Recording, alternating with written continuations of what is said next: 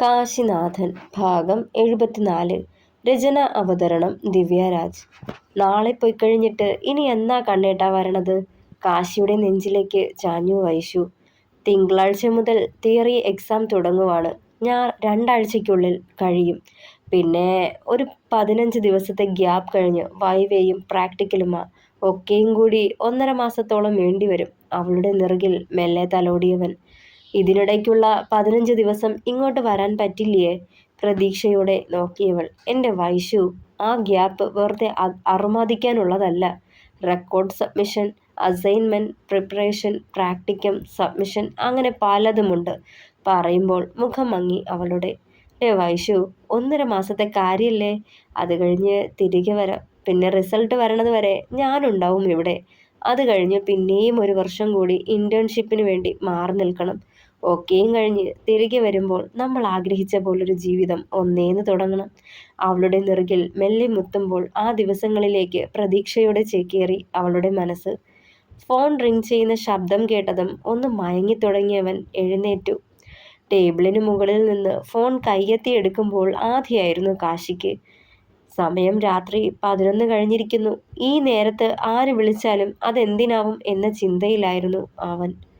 വേഗം ഫോൺ കയ്യിലെടുത്ത് നോക്കുമ്പോൾ സെന്തിലാണ്. തിടുക്കപ്പെട്ട് കോൾ അറ്റൻഡ് ചെയ്തു. ഹലോ? ചെറിയൊരു പരിഭ്രമത്തോടെ ചോദിക്കുമ്പോൾ ഗൗരിക്ക് എന്തെങ്കിലും ആയോന്ന് ഭയമായിരുന്നു അവനിൽ. പക്ഷേ മറുപുറത്ത് പറയുന്നതൊക്കെ കേട്ട് നറുചിരി അവൻ്റെ ചുണ്ടുകളിൽ വന്നു പൊതിഞ്ഞു. അവൻ്റെ മുഖത്തെ ചിരി കണ്ടതും വൈശു മെല്ലെ എഴുന്നേറ്റ് അവനെ ഒന്ന് നോക്കി. കണ്ണേട്ടാ, ആരായിരുന്നു? അവൻ കോൾ കട്ട് ചെയ്തു വെച്ചതിന് പിന്നാലെ തിരക്കിയവൾ. സെന്തിയ വൈശു, നറുചിരിയോടെ പറഞ്ഞവൻ. എന്താ ഈ നേരത്ത്? പാച്ചൻ്റെ കാര്യം പറയാൻ വിളിച്ചതാ. അവൻ ഒക്കെ അവളോട് പറഞ്ഞു സെറ്റാക്കിയെന്ന്. ചിരിയോടെ പറഞ്ഞതും അവളുടെ കണ്ണുകൾ വിടർന്നു. എന്നിട്ട്? അവൾക്കും ഓക്കെ. അല്ലെങ്കിലേ അവിടെ നിന്ന് പോവാൻ വലിയ താല്പര്യമില്ലാത്തത് പോലായിരുന്നു അവൾക്ക്. ഇവിടെ കിട്ടിയ സംരക്ഷണം ഇനി പോകുന്ന വീട്ടിൽ കിട്ടുമോ എന്ന ഭയം. പിന്നെ പെൺകുട്ടിയല്ലേ, എന്ത് വിശ്വസിച്ചാ മറ്റൊരു വീട്ടിൽ ചെന്ന് നിൽക്കുക? ഒക്കെ അവസാനിപ്പിച്ച് വീട്ടിലേക്ക് പോവാന്ന് കരുതി ഇരുന്നതാ. അതിനും പറ്റില്ലല്ലോ അവൾക്ക്. നെടുവീർപ്പെട്ടു കാശി. പാവ ആ കുട്ടിയുടെ അവസ്ഥ അല്ലേ കണ്ണേട്ടാ? വൈശു നിശ്വസിച്ചുകൊണ്ട് പറഞ്ഞു. പിന്നില്ലേ, ഏതായാലും പാച്ചൻ ഇനി അവളെ തനിച്ചാക്കില്ല. ദിലീപേട്ടൻ വന്നയുടനെ വിവാഹം നടത്താനാ പ്ലാൻ. ചിരിയോടെ പറഞ്ഞതും അതേതായാലും നന്നായി. അവനോട് സെറ്റായാൽ പിന്നെ ഇച്ചായൻ്റെ കാര്യം കൂടി. കണ്ണനെ തന്നെ നോക്കി വൈശു. അതിന് ഗൗരി കൂടി മനസ്സ് വെക്കണം. അവളുടെ മനസ്സ് മാറിയിട്ടേ കാര്യമുള്ളൂ. അതിനി എന്ത് വേണമെന്നാ? ഗൗരി തന്നെ വിചാരിച്ചാലേ മാറാൻ പറ്റൂ. അല്ലാതെ അവളുടെ മനസ്സിലേക്ക് സിയാനെ മാറ്റിയിട്ട് ഇച്ചായനെ പറിച്ചു നടാൻ പറ്റില്ലല്ലോ. വൈശു കെറിവിച്ചു. സിയാനെ മറക്കാൻ അവളെ കൊണ്ട് ഒരിക്കലും പറ്റില്ല വൈശു.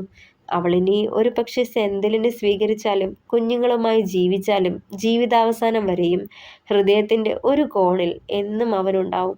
ഒരിക്കലും പറിച്ചെറിയാൻ കഴിയില്ല, നോവോടെ പറഞ്ഞു കാശി.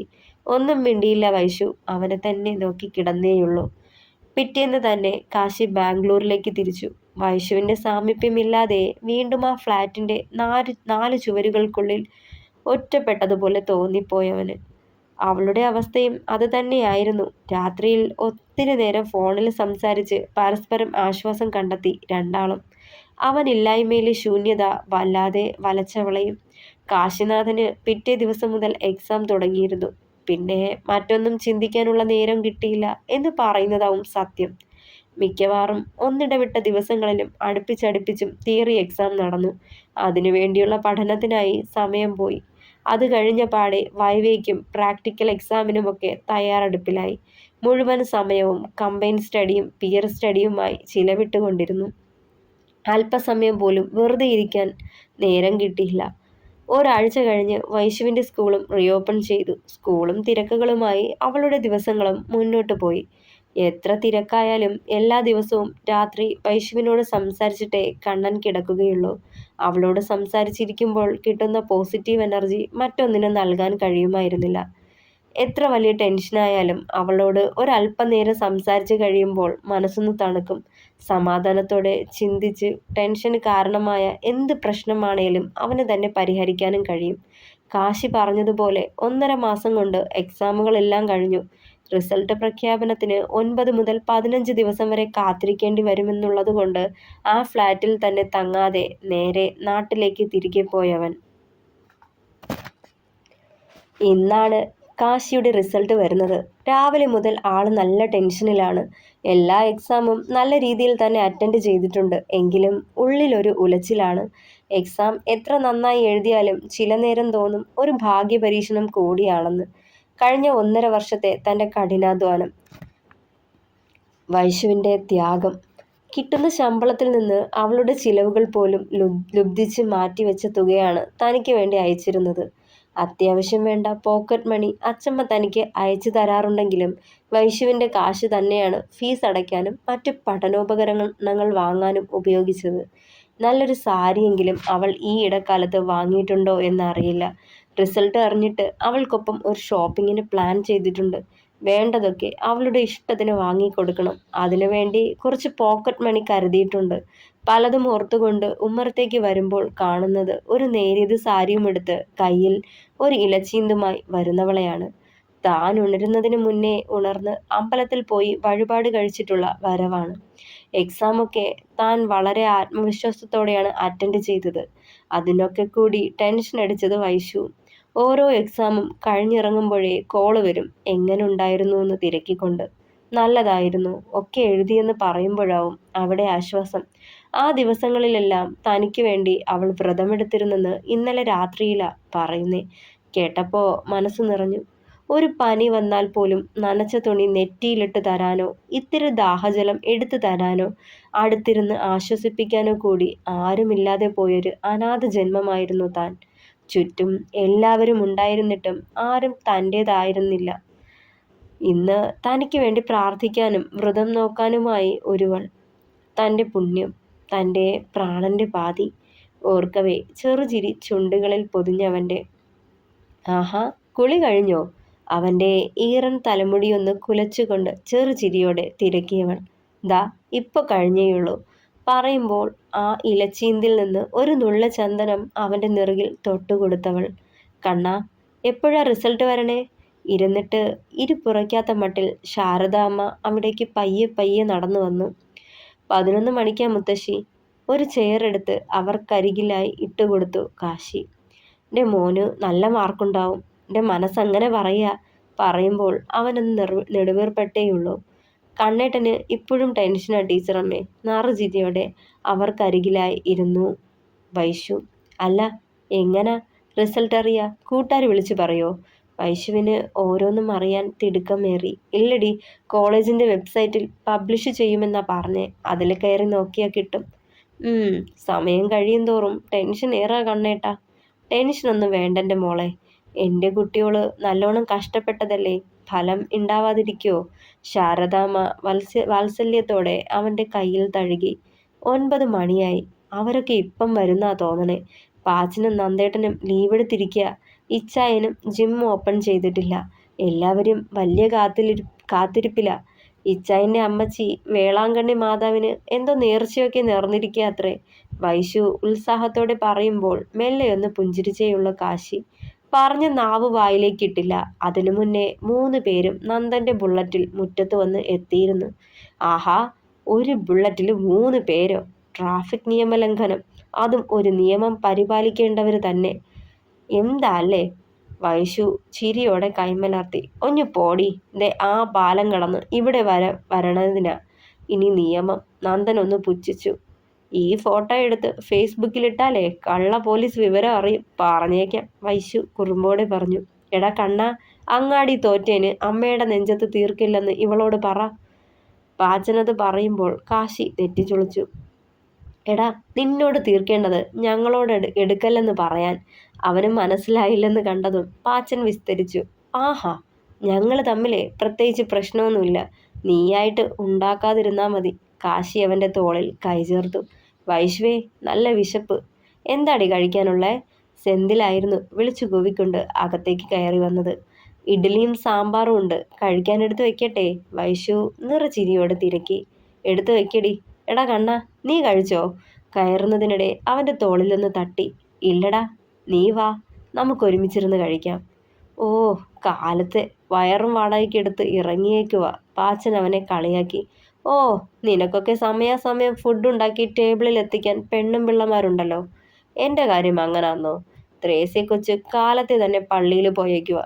വരാൻ വൈകും. എന്തോ ധ്യാനമൊക്കെയുണ്ട്.